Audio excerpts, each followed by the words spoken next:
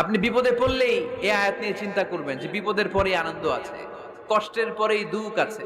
সমস্যা যেমনি আছে, সমস্যার সমাধানও, কথা বলেন, সমস্যা যদি থাকে ওইটার সমাধান আছে না নাই?